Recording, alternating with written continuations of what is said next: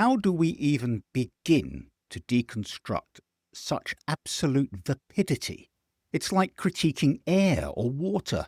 It's tasteless, it's colourless, although at least air and water are useful. Positives? Well, Tel was direct and Richy committed when they came on. Archie showed maturity. And that, achingly, heartbreakingly, is all there was.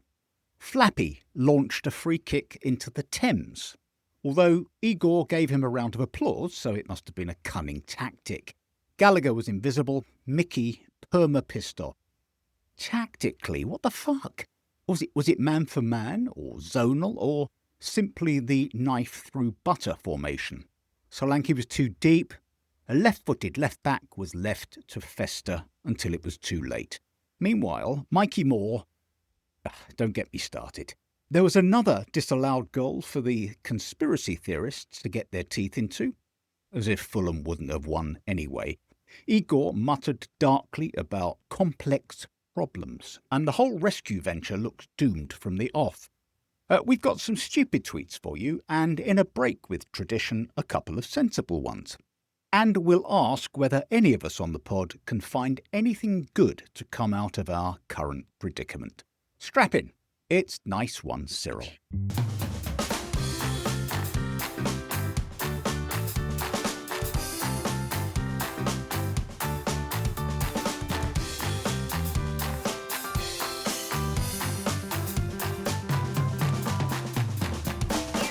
Nice one, Cyril. So welcome to Nice One, Cyril. I'm Simon Lipson, the bloke who did Ronnie Corbett and Woody Allen on Dead Ringers in 1999. That's right, that's right. With me are Julie Welch, from whom we can safely expect some F-bombs, Kevin Acott, the perpetual optimist with a perpetual pessimist mien, and new to our support group, Peter Willis, who has 9 children and 15 grandkids. I hope he hasn't taught any of them to support Spurs. All right, let's kick off then. Julie, tell us about that match. Thank you for the hospital path. Thank you. Right, I'm going to sound quietly demented. I can actually kind of feel the green shoots of recovery. It might just be my sort of elderly flush of granny crush that Richarlison has returned. He did his stuff. Richy, I love you. Tel did his stuff. Archie was as ever fabulous.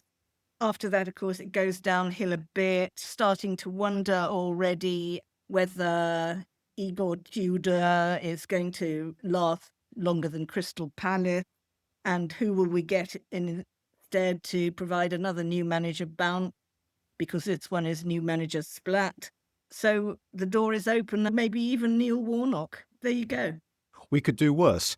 And, of course, he could do everyone's feet as well while he's at it. So, Kev, well, there has been some talk, but I think principally from Gary of Harlow regarding Igor's continuing tenure and that it might not last beyond the Palace match. That's all absolute codswallop, of course. Let's forget about the Arsenal match, but the match against Fulham didn't exactly suggest that we were making much progress under Igor. No, it didn't. First of all, can I just say well done for using the word "mean"? I've seen it written down. I've never heard anyone actually say it. So I just wanted, I thought someone should recognise that. You're welcome. I agree with Julie about the positives she was somehow able to identify, because they were positives. Why no one seems to like Tel, I'm not sure. He's so much better than anyone else we've got in that position. And he just livened us up. And Richy coming on livened us up. Archie seems to have I don't know, maybe I'm following the wrong people on Twitter, but Archie was getting quite a lot of stick on Twitter after, and I don't understand that.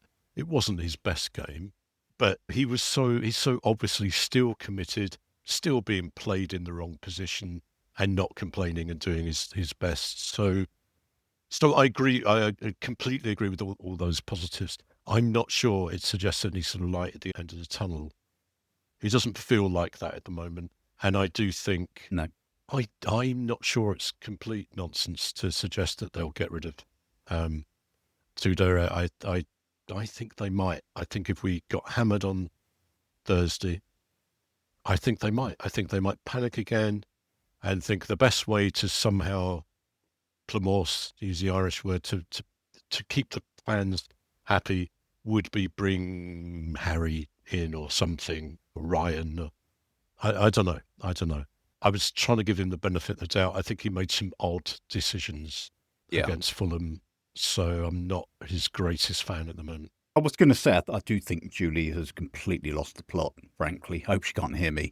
Because there weren't really any grease shoots. There were a couple of moments, weren't there? You thought, oh, hang on, we scored a goal and there was a little bit of something and then there was nothing. And it just wasn't encouraging enough. Peter, welcome to the pod. Let's have a little chat about some of those decisions that Igor was making. So let's start with the starting 11. We had a right-footed left-back, poor old Archie, called into action there because Spence was unwell or did something to himself. And we did have a left-back with a left foot on the bench. He didn't come until much later. We had Gallagher, who's clearly struggling anyway, playing on the right wing or somewhere. I'm not quite sure where the hell he was playing. And Solanke dropping deep with Moani as the sort of the front man, a guy who scored one Premier League goal. What did you make of that selection and the subsequent substitutions? The simple answer to that question is the formation and the selection made no sense. But then again, if you go back through a lot of the most recent part of the season, most of those didn't either. So we've had a whole season, or no, not a whole season, that's not fair, because at the start when we had a full squad, but we've had a significant amount of the season where people have been played out of position. How Archie Gray continues to be motivated is beyond me, because he's played pretty well everywhere except goalkeeper. And frankly, he'd probably do a better job than Flappy as well. But I'm not a tactician. I'm just a football fan. And I just look and go, why in the name of all that's holy are you playing these players in these positions? It makes no sense. Why, when you've got a left back who's a proper left back, who we just bought and who played in Brazil and is Brazilian, and who the Brazilians I know, two of them, say he's a really, really good player and you should be playing him, why aren't you? Why is he on the bench? If I'm coming in as Tudor and I want to make an impression, isn't the obvious thing to play people where they're supposed to play? Now, I know we've got loads of injuries, but Tel is clearly the best player we've got in that position currently, by a country mile. Moani is a waste of 8 pints of blood. I don't know why we took him in.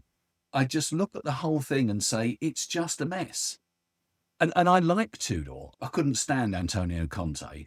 I thought he was arrogant, awful human being. But I really like Tudor. He's come in, he's said all of the right things, he's criticised the things that need criticising. So at that level, I want him to have time. But he's not going to get time if he just puts players in the wrong places and doesn't make the obvious picks. It makes no sense to me. Julie, we had Thomas Frank, who adhered to a system, albeit a fucking useless one, and it never worked. And now we have Igor coming in. Now, we've only seen 2 matches, but it seems that he's got a particular way of playing, as you would expect. But there's not much really happening out there, is there? So, all right, Arsenal, we were absolutely bullied into submission. Fulham, I think the same was true. The fact that they didn't win 4-1 was only kind of just luck from our point of view, because they didn't take all their chances. And I do wonder about the selections then. Tel, as Peter says, clearly really trying and really giving some proper output on the left. A left back who can play left back only came on very late. And Solanke, wasted for me. Moani is, Peter called him a waste of 8 pints of blood. And I just think this experiment, this loan, the whole thing has been disastrous. And in the end, your mate Richy was one of the few trying. He looked angry all the time, and that's what I want to see in all the players, but I'm not seeing it. What did occur to me was that Richy, Tel and Archie are sort of survivors from the kind of more successful end of last season. At the moment, quite a lot of that team aren't available, aren't around. It's been said before, we have no midfield. So what's the guy to do?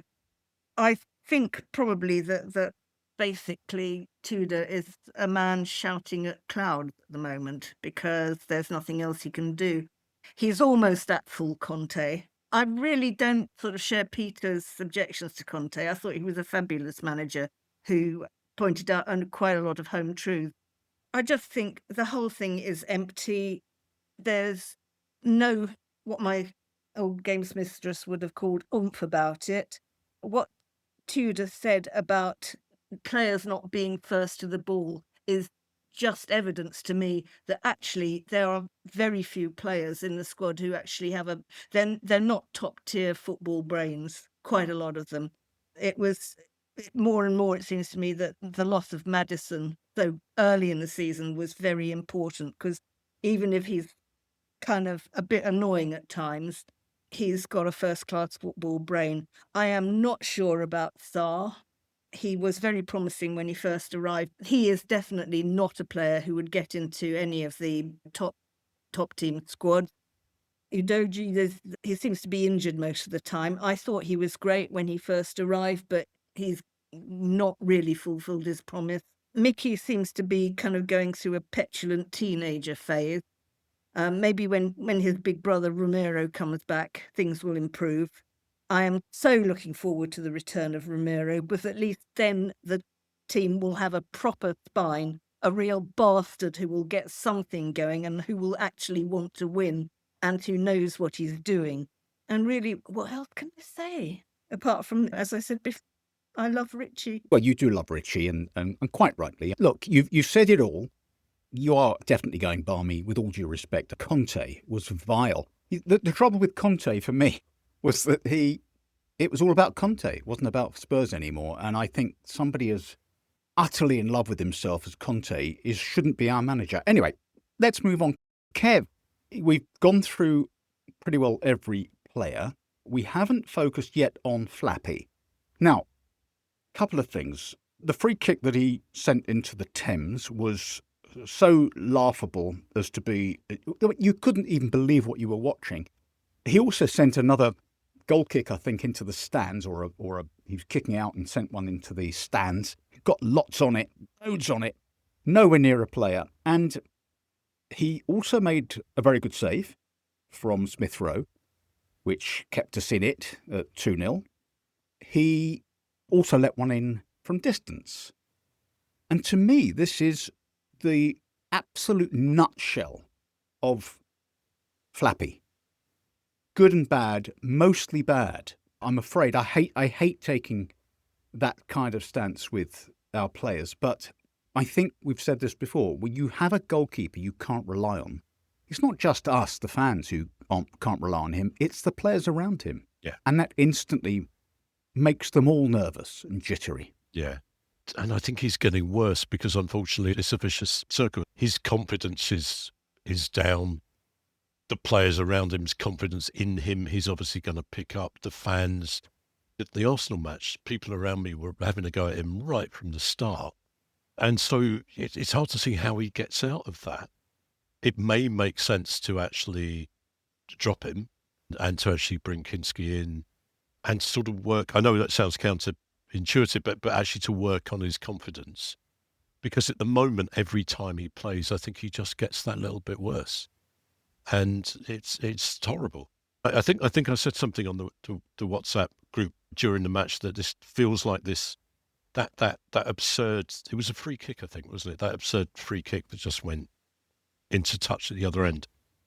That sort of sums us up. But I was thinking today, I don't know if you saw. We might be talking about it later anyway. But the Premier League had a little ha-ha joke on their official site, and I thought, just when you thought being a Spurs fan couldn't get worse, the Premier League, the most corrupt, incompetent organisation in this country, manages to take the piss out of us.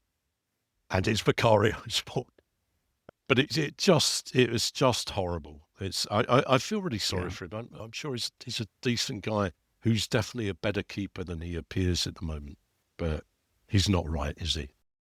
That's an interesting point you make, Kev, about is he actually better than he is appearing to be at the moment? Because when he came in, we all thought, oh, yeah, decent keeper. Good, he makes good saves. He looked pretty secure and tidy. I think as soon as he got found out at corners, teams realised they could bully him. Something went missing in Vicario. He realised he was vulnerable. And from that, I feel like all of this nervousness, this jitteriness has stemmed. And I don't know whether you take that view. And also, what do we do? Do we tell him to get lost? Who do we bring in? Kinski, who hasn't exactly starred for us? It's a big problem, isn't it? When Vic joined, I thought, finally, in the first few games, I thought, finally, we've got a keeper who can do more things than Lloris did. Because in the end of Lloris's tenure, he was hopeless. And I thought, yeah, and he was recommended by whoever it was, the Italian keeper who said best keeper of the generation, blah, blah, whatever. About 3 games in, my business partner, who is a Birmingham City season ticket holder, said, that guy Vicario is going to let you down because he's no good on crosses. He's no good in corners. He doesn't dominate the box. He doesn't control things. He's a good shot stopper. And I went, no, he's all right. And actually, the more things have gone on, the more I've realised, sadly, that Ralph was absolutely right. I think the other thing is, Kinski's very good with his feet, and his control with his feet is very good. He's also bigger than Vic, or he appears to be bigger in terms of bulk. And I think in the Premier League, if you look at who the great keepers have been, they all are big lads with big shoulders, and they dominate the box. And he's never, ever going to do that.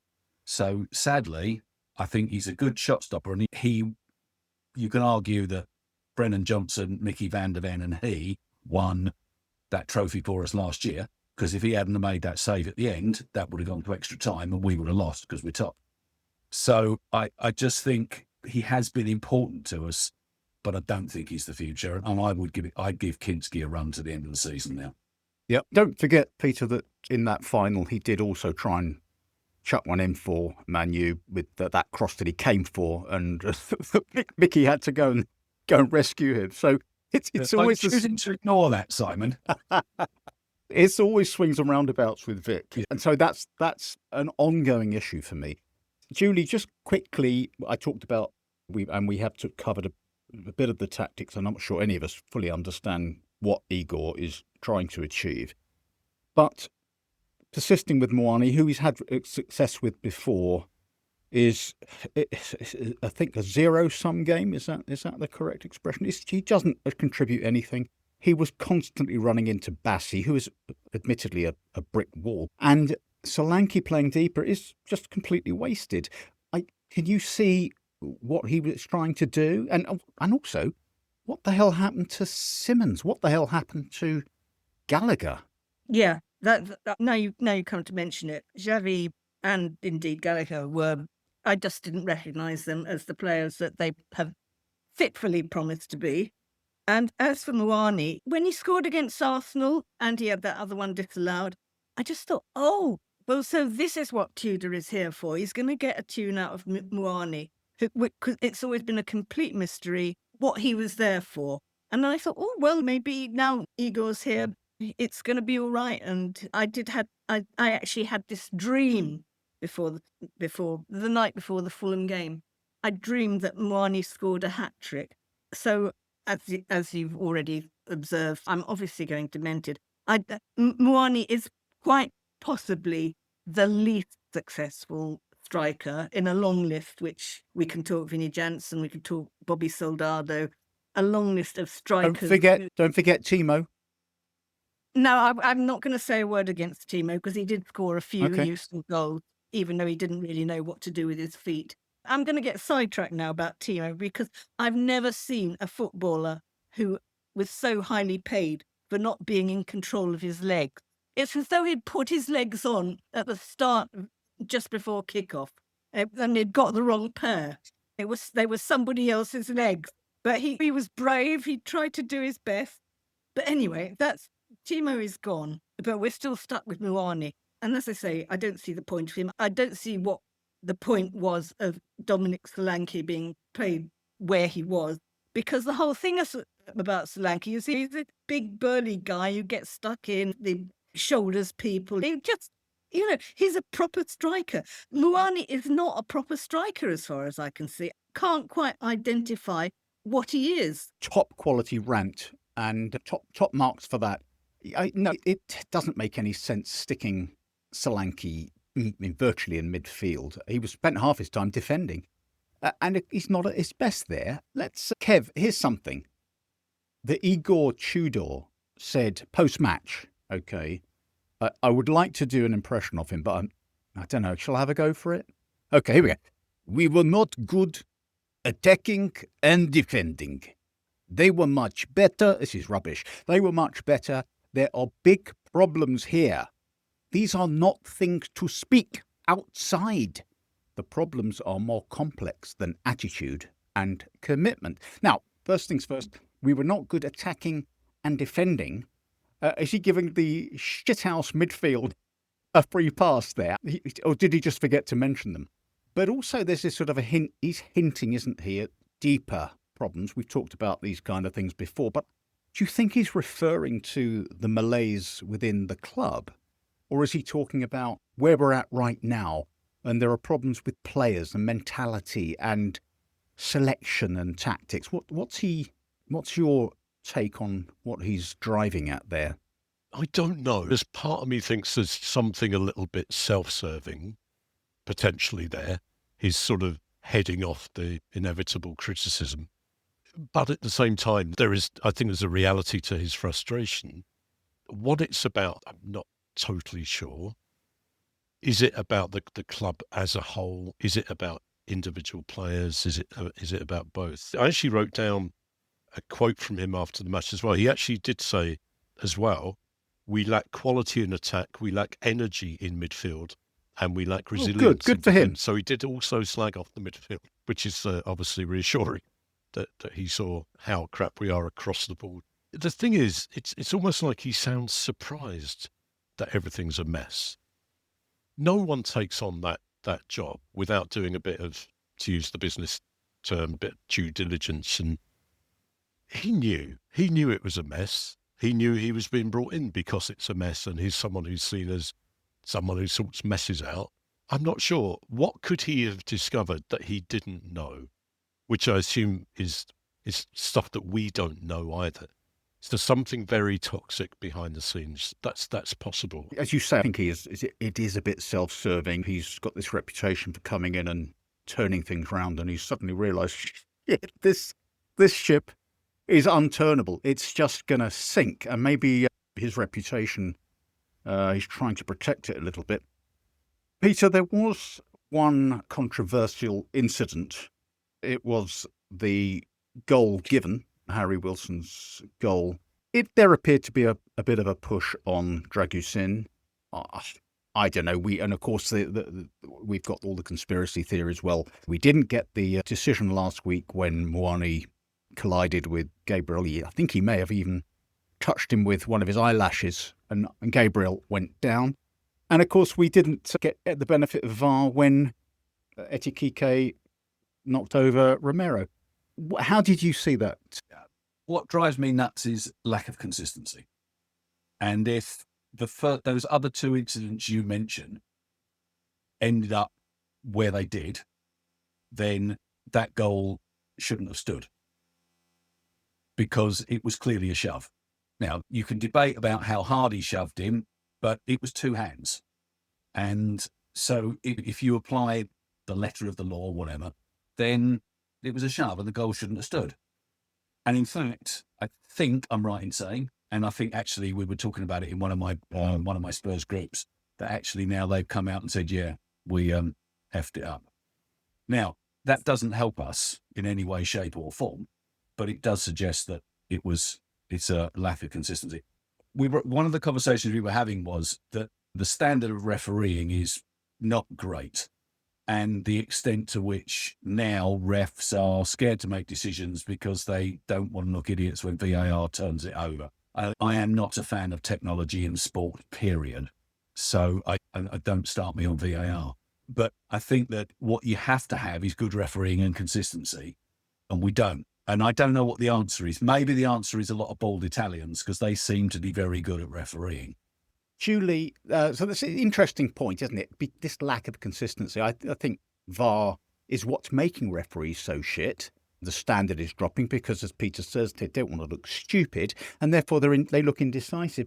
But I think, correct me if I'm wrong, the reason we didn't get the goal last week and they got the goal this week was that the referee gave both decisions on the pitch, and therefore VAR felt disinclined to undermine the ref in those circumstances. It has to be, perhaps it's got to be more blatant. I don't know where you draw the line, because these things are all, they're matters of nuance, aren't they? Well, did he get his fingers into his back? Did he use two hands? Did he genuinely unbalance him? I don't know how we resolve this other than to not have fucking VAR and let refs decide, and we'll just live with it. You can't tempt me into an F-bomb this week. I'm sorry. Come on.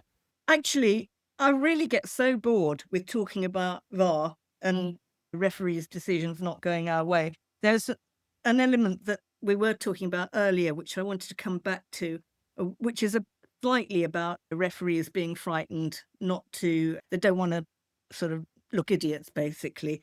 And I just wonder if you can apply that also to our players. We don't really talk about mental health an awful lot, but I'm just wondering whether if it's a depressed team, they're worried about looking stupid. They seem to have lost all the will to sort of do anything. They seem kind of frozen. I don't know whether you can have a kind of collective mental health crisis, but Kevin, you'd know more about that than I would. What's your take on it? I was just thinking there, Julie, that supposedly the most common diagnosis in this country is actually, or the most common mental health problem rather, is depression with anxiety. And I think if you were to diagnose the team, it is actually both. So there's this sort of sense of hopelessness and lack of energy and sort of just pissed offness. But there's an anxiety, yeah, particularly if you think about someone like Vicario, maybe Simmons as well, maybe Gallagher. So those more potentially, particularly Simmons, some more sort of player is scared of doing things. So I think it fits. We appear to be depressed. It's how we're feeling as well, I guess, when we consider football. When you go to, apart from the Arsenal match, when you go to the stadium, there's a sort of, again, a sort of sense of listlessness and hopelessness. So it just keeps going round and sort of going from player to manager to us to something needs to change. And I guess we hoped that Tudor coming in would somehow spark us out, just get us out of this depression, settle some of the anxiety. It feeds on itself and just keeps getting worse. I had a very interesting podcast, Peter, in which Gareth Southgate was interviewed, and he was saying that, particularly with creative players, they should be trying stuff. And he said, because 4 times out of 5, it'll go wrong. But the one time it does work is when it really is going to pay off. And he mentioned Harry Maguire, who had a very safe debut for England. And he said, boss, I'm really pleased with that. I didn't make a mistake. And Southgate said to him, well, that's not a good debut. You should be happy to make mistakes because it means you're trying things. And I wonder whether, as Kev says, there is this reluctance to try anything. I mean, even, we've seen Simmons try stuff, but against Fulham, everything he tried went to hell, and then he just stopped trying. And only really Tel kept going. He kept trying to beat his man. And I think he's got personal motivation there that the others don't seem to have. I think there's a number of things here. I think he's got a personal motivation because he, for whatever reason, got overlooked by Frank, and he's got an opportunity now to say, well, you were wrong. And I think he's a really good footballer. And I think given the right manager, he will be. And I totally agree with the whole thing about the creative players. Simmons looks like a rabbit in the headlights because everything around him is going to shit. But the creative person, when he makes a mistake, will be the one that gets the blame. You don't need to look any further than David Ginola being given belters by the French national team for giving the ball away and then not making it to the World Cup finals or whatever it was that he did wrong. And if you look at all of the great creative players we've had, and boy, have we had some great creative players in the time I've been watching Spurs, well, they were prepared to take a risk. And sometimes it doesn't pay off. I think social media doesn't help, because clearly people just get pilloried from left and right. And if what you come off the pitch and your phone's going mad with 500 messages telling you you're crap, then you go, okay, well, I'm going to be safe. But the problem is that where we are now, safe isn't enough. I'll throw this in, and you Julie, tell me what you think. But one of my friends posted a picture today on one of our groups of the programme for the Spurs-Arsenal game in the 75-76 season, which, as we all know, was the last time we went down. On that team sheet were Pat Jennings, Stevie Perryman, Terry Naylor. I looked at that list of players and I thought, and they still got relegated, would any one of them have given up and not run through brick walls for Spurs? And the answer is no. But absolutely, I wouldn't pick a fight with Terry Naylor now. Never mind then. These people would run through brick walls for our football team. I think that might be slightly rose-tinted spectacles, because as everybody on this pod knows, Perryman is my hero and best mate, and I talk to him quite a lot. And he was talking about the team that went down, and he just said they lay down and died. So even though there was, of course, Perryman, Pat Jennings, so never would have done that, but a lot of that team did actually get that kind of collective, maybe not depression and anxiety, but there was just a collective inertia in the end. You just give up in the end. You do. It's all going so badly for you. Everything is going downhill. It's all going to shit. Nobody likes you. Nobody appreciates you. Everybody's beating you. It's hardly surprising that team went into a spiral, and it's not really surprising that this team has gone into a spiral. I do repeat what I said at the start of the pod, that I think that maybe it's about to turn enough to stop us being so shit that we're going to be relegated. It's a journey to being slightly not so shit that will save us. Marginal gain, baby step. You never know. I have the faith that we're not going to get relegated, which I didn't have towards the end of the Thomas Frank era. He was with us such a short time. I don't know if you can call it an era, but I just don't think we're going to get relegated. And, as we've already said, I'm probably unhinged. I just don't. I feel it in my bones that we'll be just all right. I agree with you. Interesting you mentioned, Peter, people like Steve Perryman, Terry Naylor. There were other people in that team come through, right, from the junior sides and the reserve sides. You just don't really see that anymore. Everybody who plays for us, and this is true, down the years, for every Harry Kane, there are 10 Carlos Kickaballs. So this brings me to my favourite hobby horse. There's this kid playing for Rangers, right, who is absolutely fucking brilliant. His name's Mikey Moore. I reckon that our hierarchy are so stupid and thick that they'll put in a bid for him, 60 mil. Let's get this kid, Mikey Moore. He's ours. Why is he not playing for us? And the thing is, he's man and boy, or boy and boy, a Spurs player. He wouldn't be messing about. He'd be going for it. He'd be giving everything. It just defies belief that they didn't get him back during an injury crisis when they could have got him back, when the transfer window was still open. This is madness. I don't understand it. I was thinking about Lancashire as well at Oxford, they really like. Oxford fans really like. He's doing a good job. And you could say, oh, yeah, it's Oxford. That's not Premiership. You could say Mikey Mott Rangers is not Premiership level. But we've been desperate for energy, non-depressed sort of players, and particularly people up front. And we had that time with no Richarlison, no Solanke. It was just awful. So the only person we had really up front was Moani. Why not? Why not give it? This is about risk taking again, isn't it? Why not give it a chance? So I agree with you. I don't know whether there's some contractual reasons why they can't be brought back sort of midway through a season or not, but it doesn't make sense. And even, I think at the time I thought Johnson going was a good idea. I was never his greatest fan, but we'd be a better team with him at the moment. Another mistake. Huge mistake.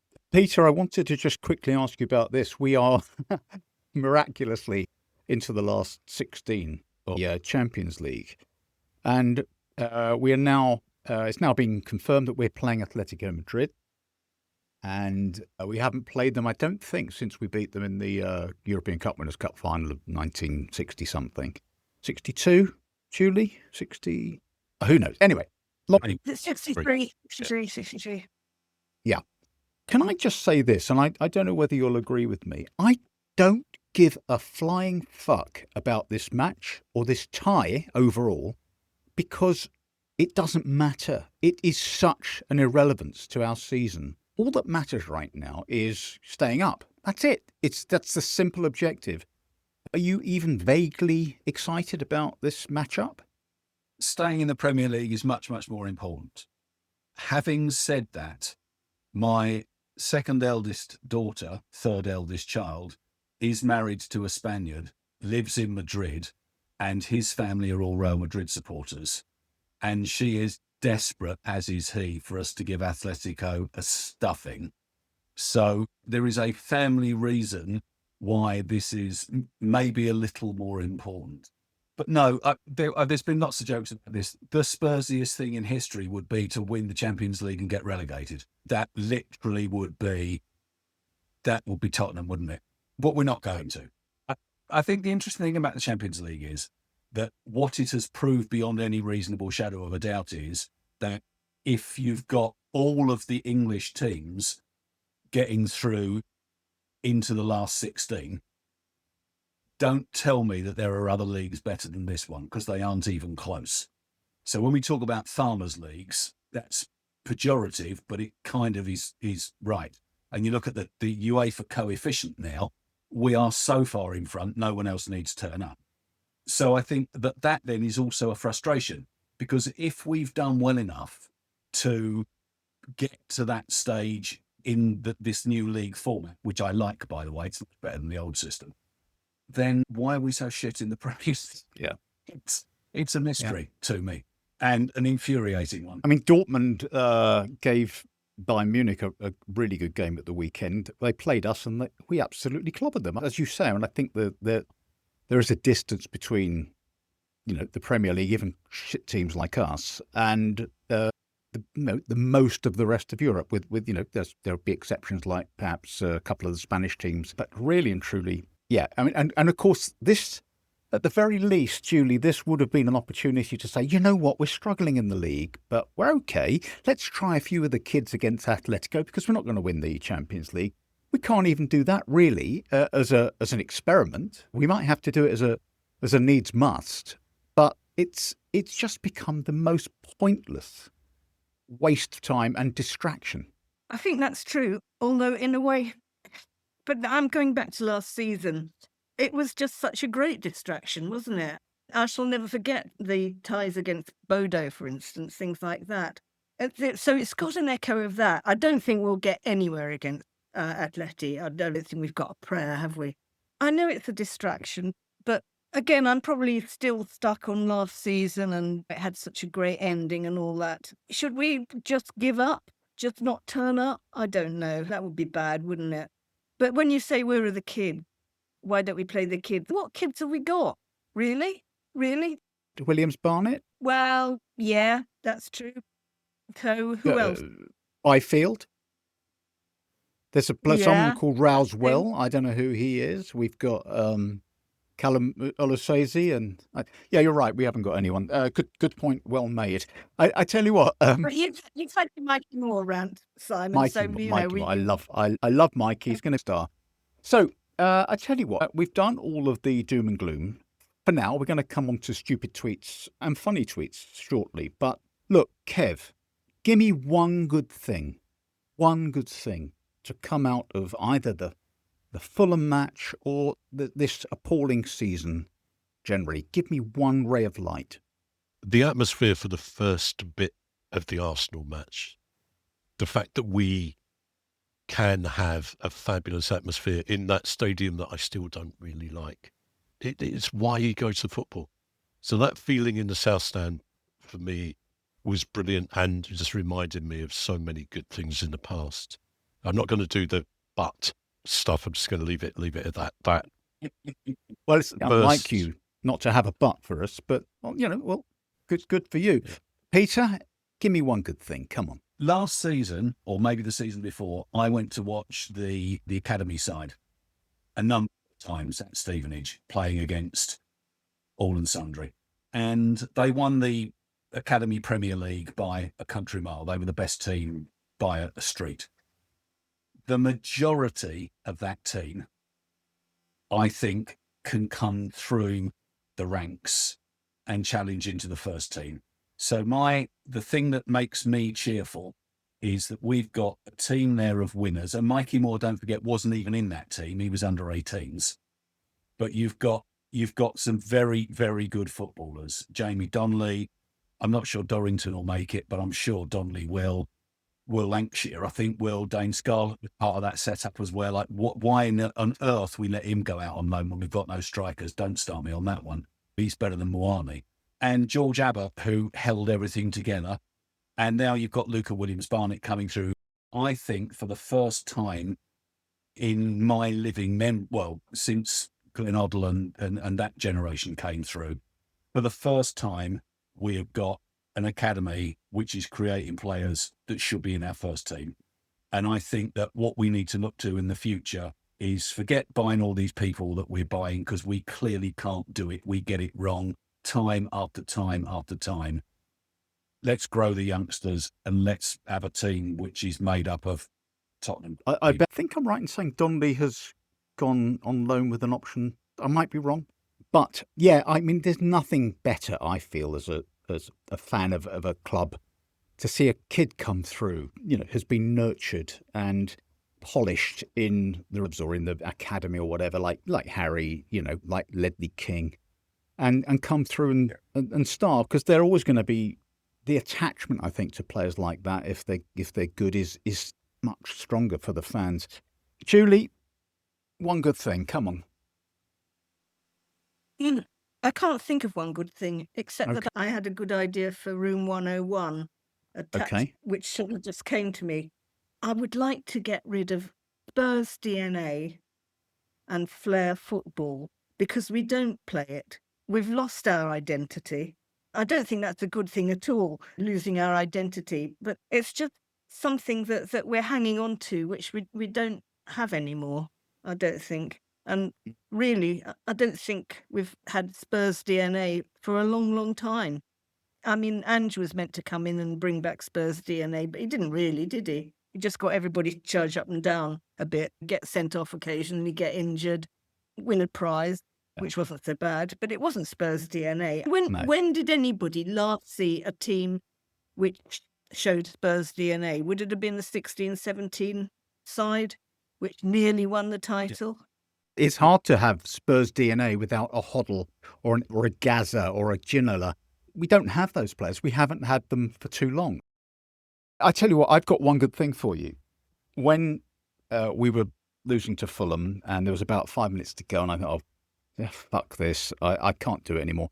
I got up, and our little TV snug is next to the kitchen. I went into the kitchen. There's my wife, blissfully sitting there with her earphones in, listening to the Archers Omnibus and reading a style magazine and eating something really tasty. And I thought, fuck you. But I thought that because why aren't you suffering, right? I thought that. That was my first thought. But that was unnecessary, because my second thought was, do you know what? I envy you. Not fuck you, envy you. I envy you, because you don't have to go through this shit week after week after week, year after year. And so the good thing is I have succeeded in not infecting my wife with this vile, awful virus that is killing the rest of us. So there we are. That's a good thing, isn't it? And, she's a very lucky lady. Now, I've got tweets for you. Tell me what you think. This is, Julie, I'm going to start with you, actually, because I think this is right up your alley. There's 3 little tweets here. These VAR officials need to come under severe scrutiny. Somebody is taking kickbacks. It's so obvious. Here's another one. We are the only team not to have received a penalty this entire season. Received, by the way, not earned. But I like the use of the word received. And here's the third one. Corrupt EPL refs. And they make it so obvious. They don't care.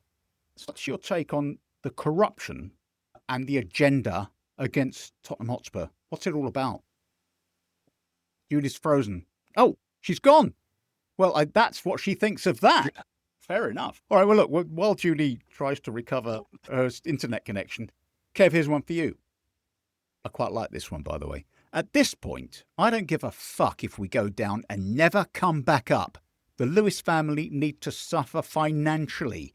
Vinay and Langer should be hunted for sport. And every fucking gutless player should be bullied into early retirement due to how pathetically weak they are. Come on, what do you make of that one? I sort of go along with those the second 2 points, actually. The first one, no, I don't want us to go down, and I certainly don't want us to stay there more than the season if it does happen. But I get the anger, I get the rage in that tweet. I felt it so much. We've all felt it so much. I've got one for you, Peter. It's sort of sad. It's melancholy. It says, I really don't feel like we look that bad. It mostly just comes down to confidence and luck. We don't have either. The teams we play have both when going up against us. Ah, bless. What do you make of that one? Frankly, it's a fair point, isn't it? Kind of. Well, you look around at all these other teams and you go, why aren't you suffering the way we're suffering? Yes. I know Manchester United fans, mates who are Manchester United fans, and they were depressed as hell at the end of last season. Now they're having a party. And they're going, oh, what went wrong? Why? So, yes, that melancholy, I think, is something we all suffer from. Yeah. Here's a final one, and I think this is my favourite tweet of the week. Sack Vinay, kill Langer, but I'm very appreciative for the frozen season ticket prices next year. With the extra games we get in the Championship, it actually works out cheaper per game. That's a cracking tweet. Julie is back. I don't know where you went, Julie. Off into the ether somewhere? You disappeared completely. You started talking in underwater again. Oh, and dear. then Peter and Kev also left the building. So I thought just move my laptop towards the bridge. Just a hint there that it's your end as opposed to ours. But there we are. You've missed your slot. It's a cracking opportunity for you, and it's gone. Open goal. I just want to say also quickly here that we are hugely grateful to all our listeners for tuning in. It's our numbers are going up every week. We're getting some lovely reviews, and here was one that we got. And the reason I'm mentioning it is because I don't know how to reply to it. I can't seem to find any means of replying. It says, I love listening to Dame Judy. And I love the vocabulary you guys use. Please keep it up. And it's from called Aaron House. And thank you for that lovely review. I don't know whether you talk about the vocabulary. I'm not sure if you're talking about the profanities or the use of things like, Panglossian and antediluvian. But, anyway, thank you very much for that. And we'll try our best. All right, look, I tell you what, Julie, as you missed your chance before, we're playing Crystal Palace on Thursday night. What's going to happen? Oh dear. Well, I've said this before. I'm terrible at predictions. I always get it wrong. I did say that I thought we'd probably lose to Fulham, and obviously you'd have to be completely insane to ever sort of entertain the possibility of winning against Arsenal at the moment. So what's going to happen against Crystal Palace? They're only semi-shit. Are they shitty enough to enable us to beat them? I don't know. Yeah, we'll probably lose. It'll just get worse and worse before it gets better. But Richy to score, or if not Richy, then Tel. We'll sort of achieve salvation one Richy goal at a time. I just wonder, Julie, whether they'll loan Eze back just for this match, which will be fun. Kev, what's your view of this one? I'm going for a draw.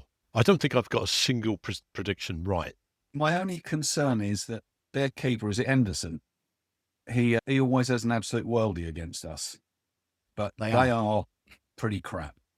And if we can't get a point, I've done the maths, and that is not my strong point, but I've kind of looked at the rest of the season and gone, well, I'd like 12 points, but the way everything else is looking, if we can pick up 6 or 7, we'll probably be fine. And what that means is we need to get the draws because we ain't getting anything out of Chelsea, Liverpool and Villa. So we've got to make sure that we get something out of. Well, I wouldn't worry too much about Henderson having a worldie. We don't shoot. So, he's got nothing to save. So I'm going for a draw. I think Richy, yes, I'm going with Julie. Richy to do the business. Now then, that has brought us to the end of the podcast. Peter, that's your debut, as we always do with new contributors. We give them a mark. Julie, what are we giving him?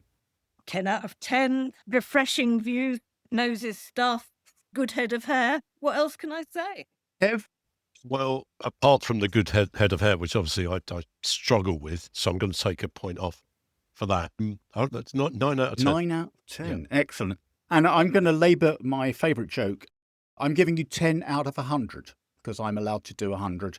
So there we are. That's the end of the pod. I hope you've enjoyed it. I hope we've brought a little bit of cheer amid all this misery. We are on Twitter at NiceOneCyrilPod. Why not give us a follow and tell us what you think about stuff? We've got our own website, www.niceonecyrilpodcast.co.uk. Every episode is available there, plus other stuff. You can see a picture of Julie, for goodness sake. I did actually put the picture of Raquel Welch there, Julie, but I don't think anyone's noticed yet, so that's all okay. We're all over social media, and why not give us a follow or subscribe on the podcast platform of your choosing. Thank you very much for joining us. Thank you for listening. Come on, you Spurs.